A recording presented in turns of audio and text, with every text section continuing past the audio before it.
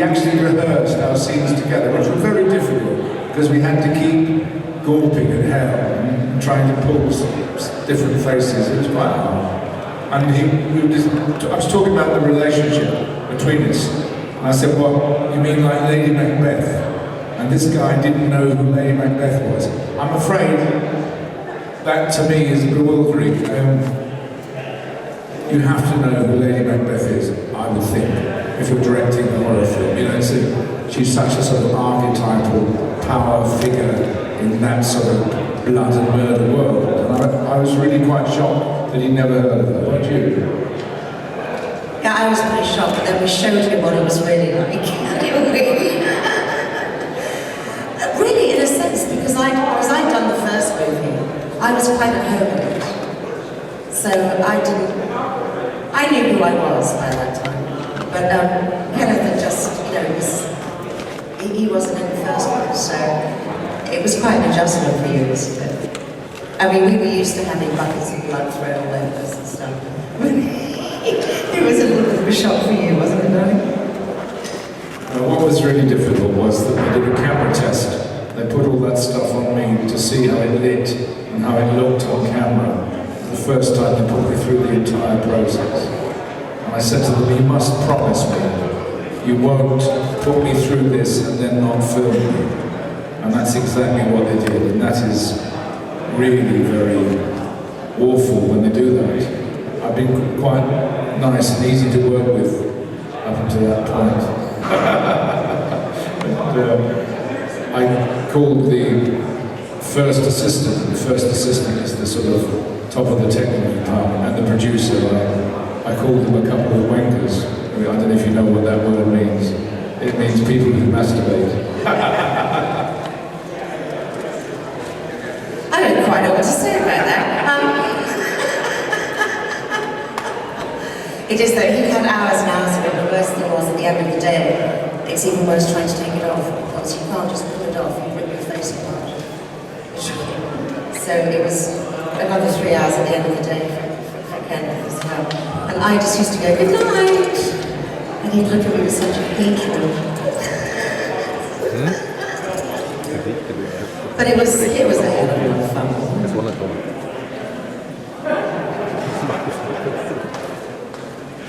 So war wie früher, ne? Who else? Ist das so ein Gebärden übersetzt? Which version of the second cut you prefer, the rated cut or the unrated cut which appears years later only on Japanese? Oh, is this about the cut of the film? Yes, because well, there was a little part with yeah, the I mean, sequence. I was amazed to hear that in Germany that no one had seen the uncut film. I don't understand that. I would have thought that that kind of censorship is just inappropriate. You know, I don't understand why they have to censor a movie like Hellraiser or Hellraiser 2. You know, you can buy porn everywhere. So why can't you watch a movie? But I'd like to know, which version do you prefer? With the dream sequence, which Ashley got, or... Well, no, what happened? Let me explain what happened. When they shot the film, they knew which sequences were going to be the sequences that the censor in Britain would actually ask to be trimmed down by 2 or 3 minutes. So they purposely overshot all those sequences and made them very long sequences in anticipation of what would have to be lost. But then the Japanese issued a version of the film where all these sequences were at their full length. One of the sequences is when the man is put on the mattress and given the razor to cut himself, and the arms come up from under the mattress and wrap him and suck the blood from him. And that sequence went on and on and on, and it was like 2 skinned rabbits wrestling in death throes. It was really unpleasant. But the Japanese version that they have is the full sequence, so I don't know how that happens, how they get their hands on the full sequence. I suppose it's made available to them, I don't know. But do you prefer the Japanese version or the shortcut? I like things to be sort of not overextended.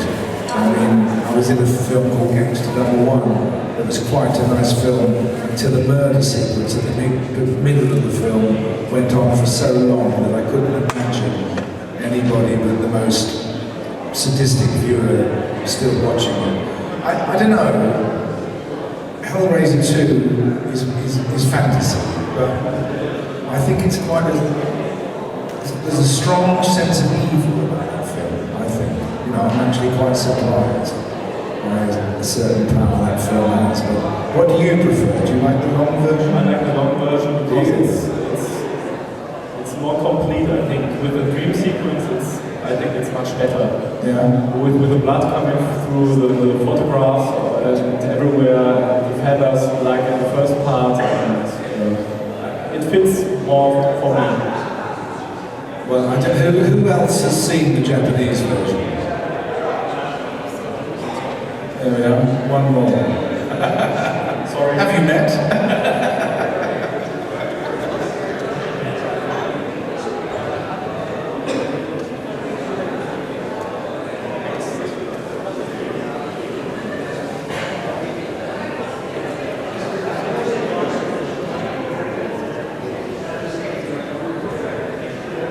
Do you know the Eraser Part 4, 5, 6, 7, and what do you think about it?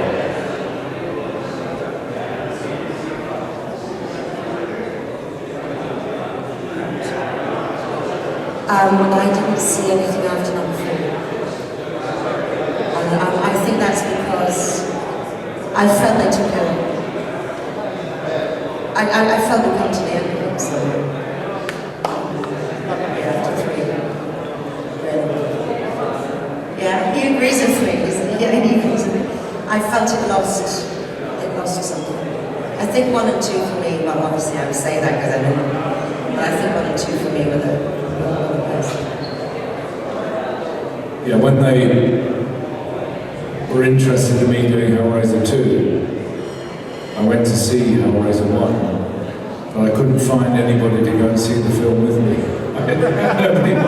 Nobody wanted to go, so I had to go to the cinema on my own. But what particularly impressed me was Claire's performance. I thought it was very powerful, and I was talking about it earlier. Does anyone know who Peter Sutcliffe is? He's a famous murderer in Britain, and he used to beat women in the back of the head with a hammer. He murdered lots of prostitutes and some women who weren't prostitutes, and became known as the Yorkshire Ripper. And I was rather fascinated by this rather elegantly dressed woman in Hellraiser 1. I said it's Peter Sutcliffe meets Charlotte Rampling. I thought it was a rather unusual and sort of exotic and bizarre mixture. I don't think anyone's ever given me a nice compliment. I have to say, I was absolutely amazed at the reaction when Hellraiser 1 came out. Because you never know what the film is going to be like. You don't know how it's going to be received. You don't know anything about it. And the reaction to that movie was just amazing. Suddenly something new had happened. And suddenly this movie was just, it just ran away with itself. It was absolutely extraordinary. And I had no idea what the reaction was going to be like.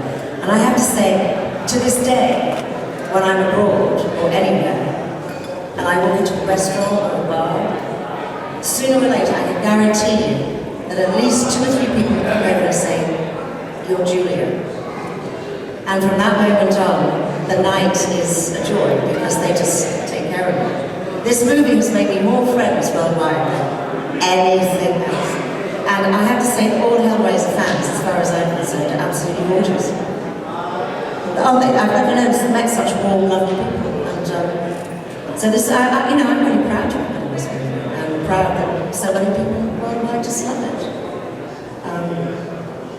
Not sure about the remake. Yeah, apparently they are going to remake Hellraiser 1. Anyone else heard that? Yeah.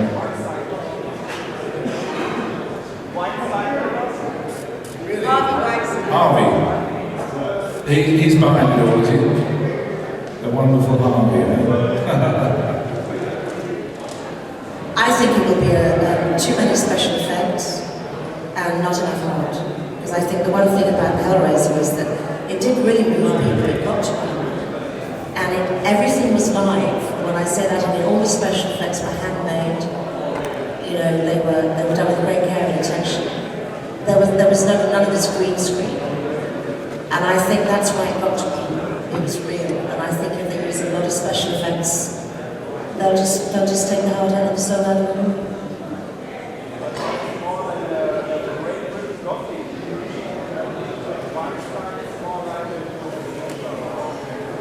Yeah, well, Harvey's just, I think Harvey's in there to make a good buck. I mean, heaven knows he could be trying to do something artistic, but I don't think so.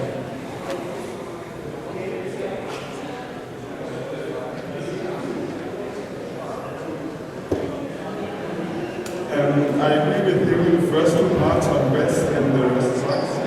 And I think the first two parts are right of other movies because of Chris Young's special score, his music, that was never done anything like this in Americans. And I couldn't think that any remake could get this kind of mood and attention to it that Chris Young did with the score. Well, I'm astonished that every remake that's been made seems to flop because it's a remake, it's not the original. There's a wonderful movie called The Wicker Man. Do you know this movie? And they just remade that and it was appalling. Why would you touch something that actually has changed? For instance, you know, Hellraiser have changed the horror landscape forever. Why would you try and go back and recreate that? It makes no sense to me. They should be trying to go forward now. And not go back and remake something that was so successful. I don't understand it, but I suspect it's got a lot to do with money.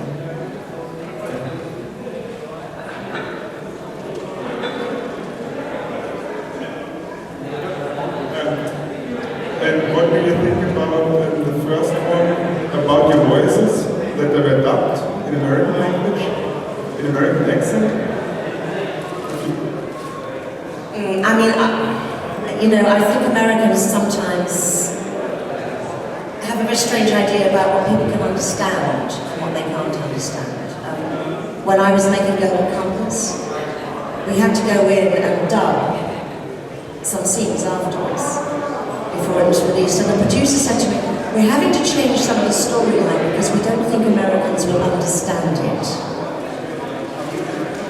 What don't they understand? Birth, death, life? You know, I just think we don't need to bother with that. I think people are cleverer than they give us credit for.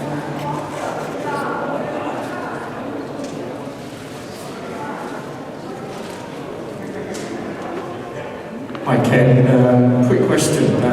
You've obviously mentioned to me about Valkyrie. I just wondered if you could explain a bit more about your role in the new movie with Tom Cruise, the Valkyrie movie.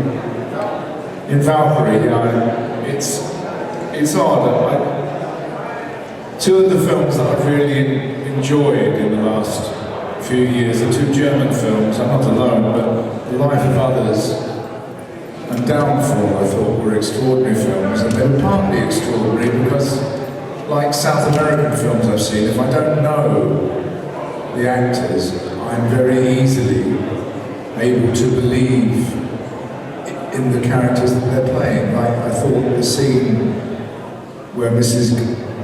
Goebbels poisons her children and makes them crunch the poison capsules in Downfall was absolutely upsetting because I was completely convinced by it. But if you make a film about Stauffenberg and you have an American film star playing Stauffenberg, so you've got English actors playing Nazi officers with English accents. You've got an English actor playing Hitler with a German accent. And you've got a leading man, Tom Cruise, playing Stauffenberg, who's got an American accent. So that already seems to be quite hard to sort of make a sense of, really. How many of you have seen The Life of Others? Have you all seen it? Have you all seen it? Isn't it an extraordinary film? I mean, obviously it's a different sort of film altogether from what we're talking about, Hellraiser, but I do think that that is a difficulty when you get an American-made film, a Tom Cruise vehicle. But I think it would be better than people think. I mean, it's already been dismissed as Top Gun with Nazis. I don't think it's that.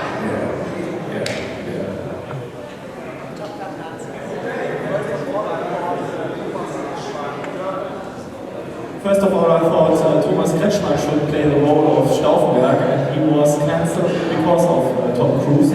Maybe the film would have been better if a German would have played Stauffenberg. I think it would, but some of the German actors who were in it that I talked to, they said, well, actually, the Stauffenberg story has been made 3 times on the television here and not well, so they've actually lost the chance of doing it. That's what they told me. You had a great Stauffenberg movie. When was that? Yeah. He's the guy from Others, the main man. The main man, the one who died of stomach cancer. No. That's always weird.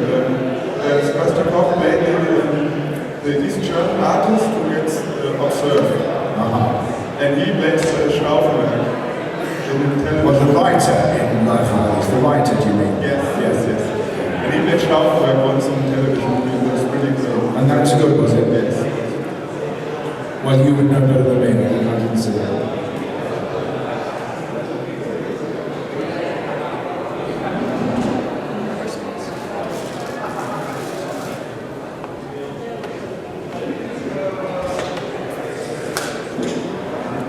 Excellent. I'd just like to thank Kenneth Cranham and Clare Higgins for their time at Weekend of Horrors. If you'd like to give them a round of applause, please, that'd be great.